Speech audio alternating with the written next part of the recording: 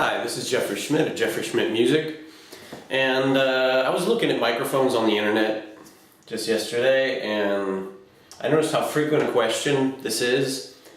SM7B, Shure SM7B, or RE20 on the internet, and I have both microphones, so I figured I'd just pitch in my point of view. I've tried them both on lots of different applications, and I'll just let you know what I think.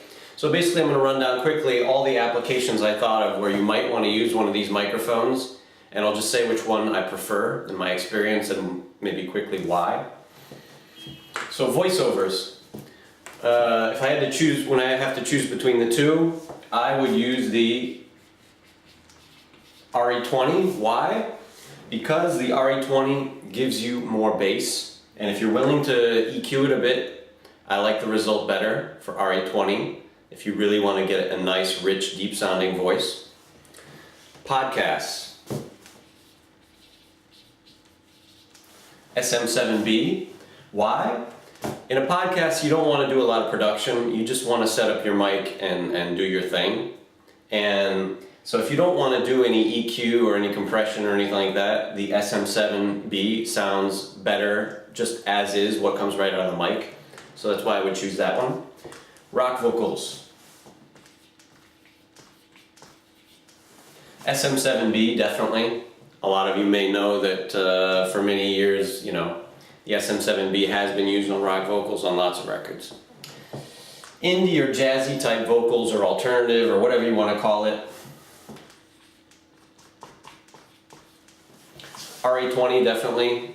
It has that kind of alternative, indie, whatever type vibe. If you have these vocals that are kind of effeminate or wimpy or, alternative or something like that, I would definitely go with the RE20. Bass cab. RE20. I use it all the time on bass amps. Once again, comparing the two, I've done head-to-head tests lots of times. The RE20 gives you a lot more bass, and it's also a bit more linear. So definitely RE20 for bass cabinets. Acoustic bass. Same deal, RE20 all the way.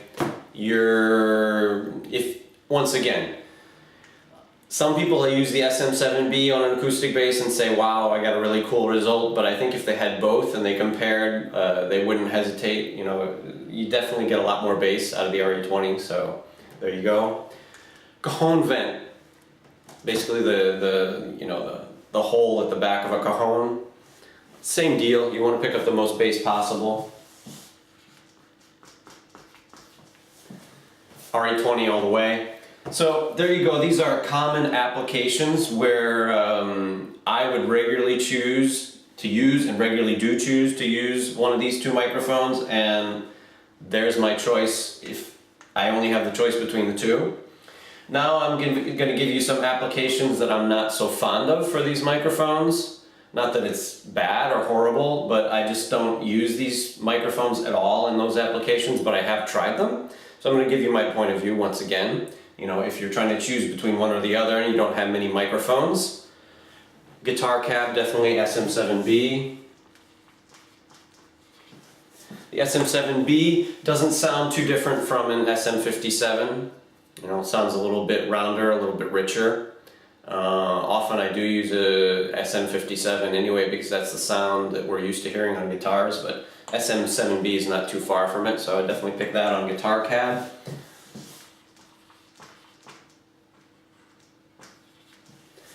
Hand percussion, SM7B once again.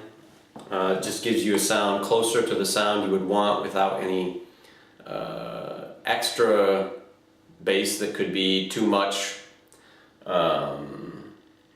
Also the fact that the RE20 has this what they call variable D technology, which reduces the proximity effect, meaning that the level of the amount of bass doesn't change quite as much when you move.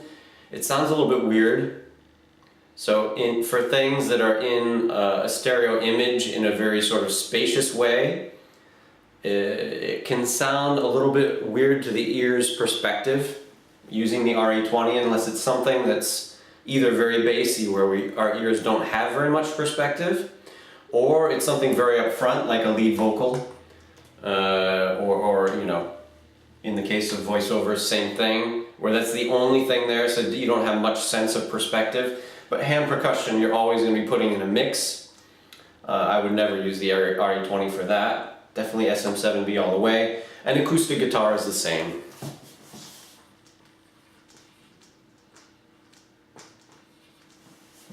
Acoustic guitars are usually placed a little bit behind the lead instrument or lead vocal in a mix, and it sounds much more natural and much closer to what I would like to hear from an acoustic guitar on the SM7B versus the RE20. If I had only a choice between those two microphones, which, like I said, I have a lot more choice than that, and I never use these microphones for these applications, but that's what I would choose if I was stuck to choose between the two of them. I hope this video was informative, just giving my point of view on different applications that I have lots of experience with these two microphones, as far as what I would choose and why. Cheers!